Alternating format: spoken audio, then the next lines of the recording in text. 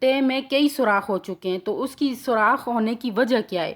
تو سوراخ ہونے کی وجہ، سب سے بڑی وجہ جو ہے جو فضا میں آلودگی ہے اس کی وجہ سے جو ہے تو یہ تہ جو ہے اس میں سوراخ ہو چکے ہیں، جن سے سورج کی بنفشی شعاعیں زمین میں داخل ہو رہی ہیں۔ بنفشی شعاعیں یعنی نیلے رنگ کی جو شعاعیں ہیں، جو مضر شعاعیں ہیں، وہ زمین میں داخل ہو رہی ہیں، اور وہ جب زمین میں داخل ہوتی ہیں تو وہ کس چیز کا باعث بنتی ہیں؟ تو یہ شعاعیں کس چیز کا باعث بنتی ہیں؟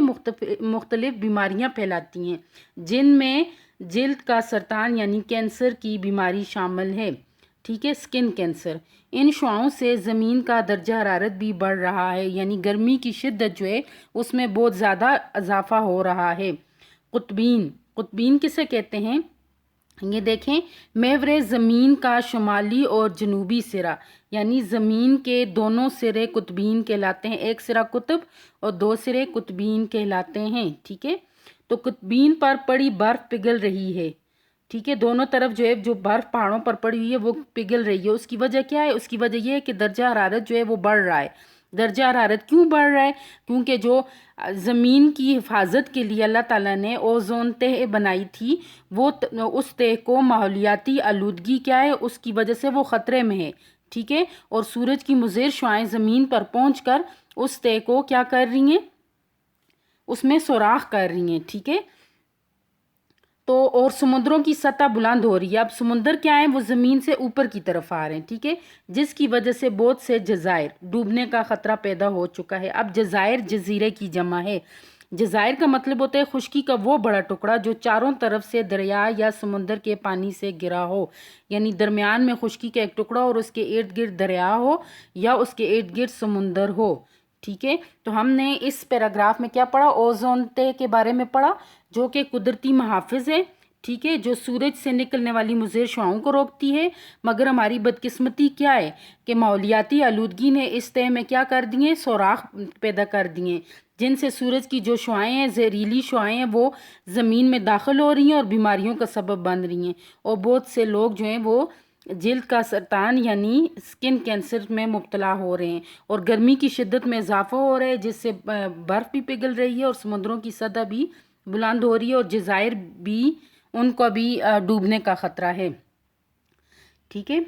تو اب آگے دیکھیں، یہ تو بہت خطرناک صورتحال ہے۔ اب یہ کون کہہ رہا ہے یہ تو بہت خطرناک صورتحال ہے؟ تو یہ جو احمد چچا یعنی احمد چچا کا جو بھتیجا ہے، وہ جو پوری یہ رودات بیان کر رہا ہے، یہ تو یعنی سفر نامہ ہے، یہ نا سفر کر رہے ہیں اور ساتھ ایک ٹاپک پہ ڈسکس کر رہے ہیں۔ بتائیے ان حالات میں ہم کیا کر سکتے ہیں؟ اب دیکھو بیٹا، وہ لوگ وہ سوال کر رہے ہیں اپنے چچا سے کہ بتائیے ان حالات میں ہم کیا کر سکتے ہیں۔ اسے بھی اب فکر پڑ گئی ہے کہ یہ تو حالات بہت زیادہ جو ہیں ناسازگار ہو چکے ہیں۔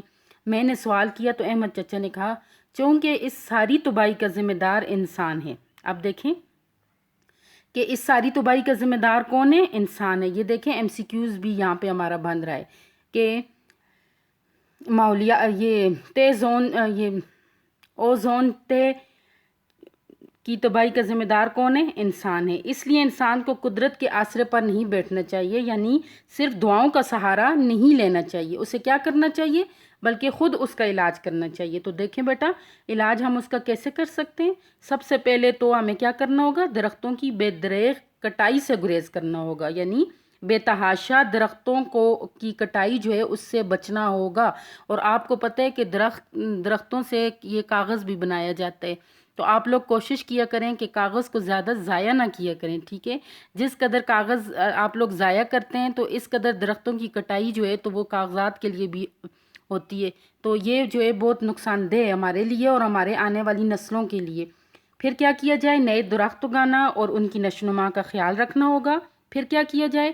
گاڑیوں کا بے تحاشا استعمال ترک کرنا ہوگا، یعنی گاڑیاں کا بہت زیادہ، اب ہر بندے نے گاڑی لے لیے تو اس سے گاڑیوں کا دھواں جو ہے تو وہ عوام میں جو ہے تو بہت زیادہ پھیل چکا ہے۔ اس کے علاوہ ماحول کو سازگار رکھنے کے لیے پولیتھین بیگ، جسے ہم اور آپ کیا کہتے ہیں؟ شاپر یا شاپنگ بیگ کہتے ہیں۔ پولیتھین بیگ کو ہم کیا کہتے ہیں؟ شاپر یا شاپنگ بیگ کہتے ہیں۔ اس کا استعمال بھی ترک کرنا ہوگا۔ میں نے کہا پلاسٹک کے تھیلوں سے کیا نقصان ہوتا ہے؟ اگر پلاسٹک کے بیگ کو استعمال کے بعد صحیح طریقے سے تلف کیا جائے تو کوئی نقصان نہیں ہوتا، لیکن اس کو استعمال کے بعد نالیوں میں پھینک دینا بے حد نقصان دہ ہے۔ تو دیکھیں یہ جو جتنی بھی صورتحال ہے یعنی ماحولیاتی آلودگی کی وجہ سے جو خطرناک صورتحال پیدا ہو چکی ہے، تو اس کا ذمہ دار بیٹا کون ہے؟ اس کا ذمہ دار جو ہے وہ انسان خود ہے، ٹھیک ہے؟ اور اس تباہی کا علاج کیسے ممکن ہے؟ تو اس تباہی کا علاج صرف دعاؤں سے ممکن نہیں ہے، بلکہ کیسے ممکن ہے؟ درختوں کی بے درے کٹائی سے گریز کرنا ہوگا، نئے درخت اگانے ہوں گے، ان کی نشو و نما کا خیال رکھنا ہوگا، گاڑیوں کا بے تحاشا استعمال ترک کرنا ہوگا۔ اس کے علاوہ ماحول کو سازگار رکھنے کے لیے کیا کرنا ہوگا؟ کس چیز کے استعمال کو ترک کرنا ہوگا؟ پلاسٹک بیگوں کو۔ اگر پلاسٹک کے بیگ استعمال کیے بھی جائیں تو ان کو تلف کرنا ہوگا، یعنی جلایا جائے، ان کو ختم کیا جائے۔ ان کو جگہ جگہ نالیوں میں پھینکنے سے وہ کیا ہوتا ہے؟ مزید جو ہے تو ماحولیاتی آلودگی کا باعث بنتے ہیں۔ پھر دیکھیں لیکن اچھا اس ملک میں اب کہہ رہے ہیں اگلے پیراگراف میں کہ اس ملک میں 4 موسم ہیں۔ کتنے موسم ہیں؟ 4 موسم ہیں۔ کون کون سے؟ سردی، گرمی، بہار، خزاں۔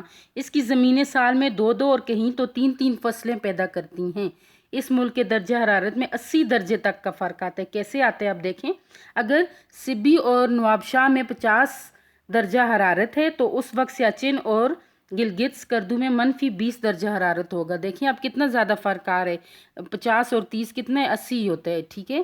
اس کے علاوہ یہ ملک کہیں تو سطح سمندر کے برابر اور کہیں سطح سمندر سے بلند ترین ہے۔ سطح سمندر کے برابر کہاں ہے؟ کراچی میں سطح سمندر، کچھ علاقے جو ہیں تو وہ سطح سمندر کے برابر ہیں۔ یہ ملک قدرتی وسائل سے مالا مال ہے۔ ہم لکھ سکتے ہیں کہ پاکستان دیش سے مالا مال ہے، قدرتی وسائل سے مالا مال ہے۔ یا پاکستان کس چیز سے مالا مال ہے؟ قدرتی وسائل سے، معدنیات سے، اور کئی قسم کی معدنیات یہاں پائی جاتی ہیں۔ یہ آپ سٹار دیکھ لیں نا تو یہ آپ کو خالی جگہ بنانے میں آپ کی مدد کریں گے، ٹھیک ہے؟ یہاں ہر طرح کا پھل، سبزی، میوہ پایا جاتا ہے، ٹھیک ہے؟ اب یہ ہمارا کام ہے کہ نہ صرف ان وسائل سے، یعنی یہ جو اللہ نے ہمیں وسائل عطا کیے ہیں، فائدہ اٹھائیں بلکہ ان کی حفاظت بھی کریں۔ صرف فائدہ ہی نہیں اٹھانا، ہمیں ان کی حفاظت بھی کرنی ہوگی۔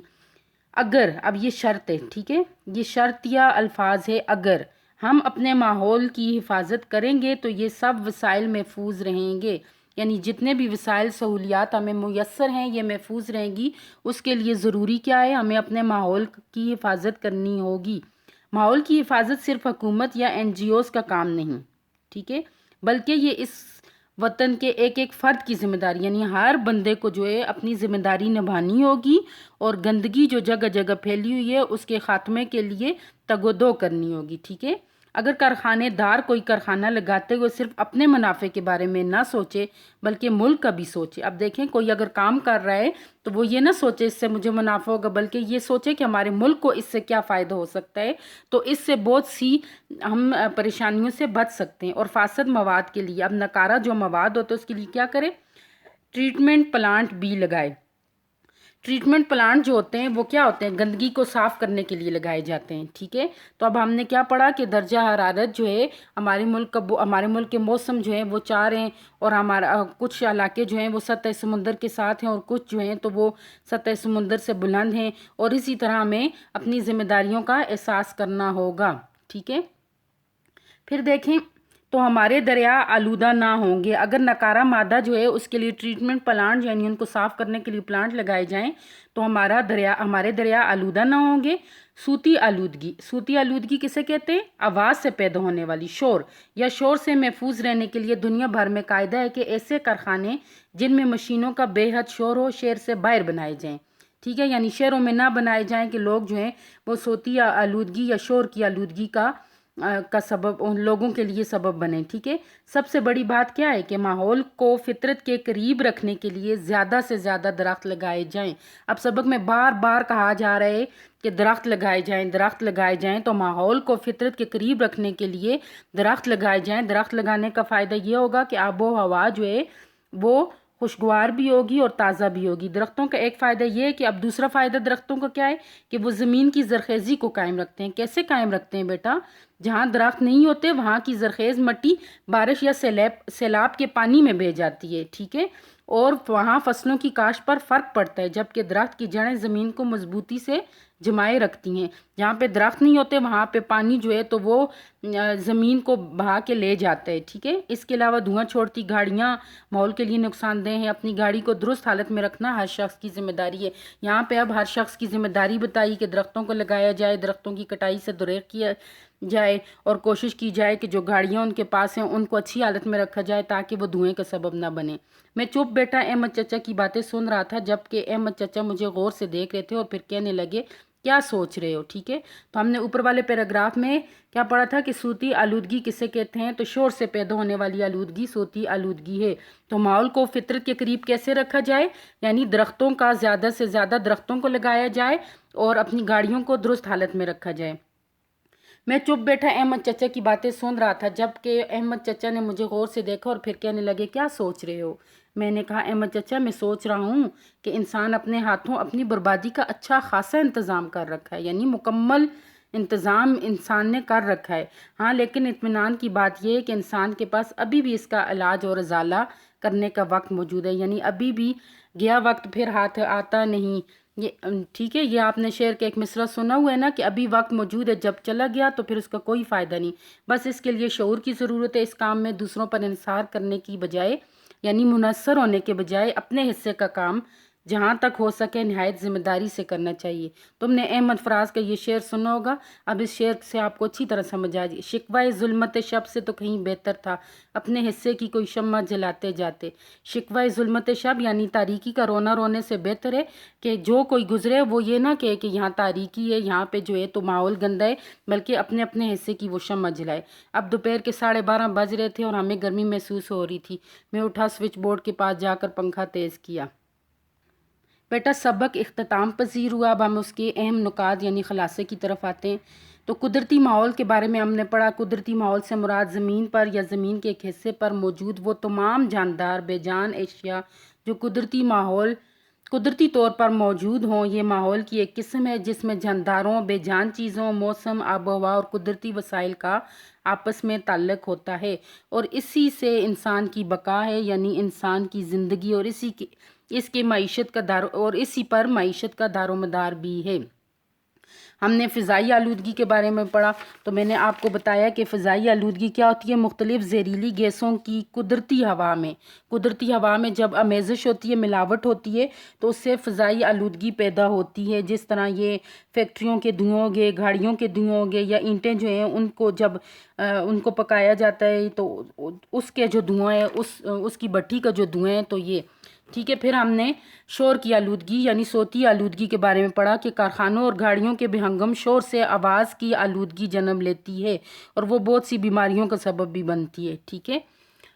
اور زمینی آلودگی میں کیا ہے؟ فالتو مواد جو ہے وہ جگہ جگہ پھینک دینا، کوڑا کرکٹ پھینک دینے سے جو ہے وہ زمینی آلودگی کا باعث بنتی ہے۔ اور اسی طرح آبی آلودگی سے کیا مراد ہے کہ جب ہوا میں پھیلی جو مختلف گیسیں ہیں، کلورین، فلورین اور سلفر اور کاربن ڈائی آکسائڈ، جب وہ مکس ہو کر بارش کے قطروں میں زمین پر برستی ہیں تو اس سے جو ہے تو آبی آلودگی پیدا ہوتی ہے۔ پھر ہم نے اوزون تہ کے بارے میں پڑھا کہ اوزون تہ جو ہے وہ زمین کی قدرتی محافظ ہے جو خطرناک شعاؤں کو جو ہے تو وہ روکتی ہے، اور اب جو ہے تو وہ اس تہ میں متعدد سوراخ ہو چکے ہیں اور بہت سے لوگ جو ہے وہ سکن کینسر کا شکار ہو چکے ہیں۔ پھر ہمارے ملک میں 4 موسم ہیں اور اس کی زمینیں جو ہیں تو 2 3 فصلیں بھی اگاتی ہیں، اور اسی طرح ہمیں ماحول کو فطرت کے قریب لانے کے لیے درخت لگانے ہوں گے، اپنی گاڑیوں کو درست حالت میں رکھنا ہوگا، ٹھیک ہے۔ اور ساتھ ہی جو ہے تو ہمیں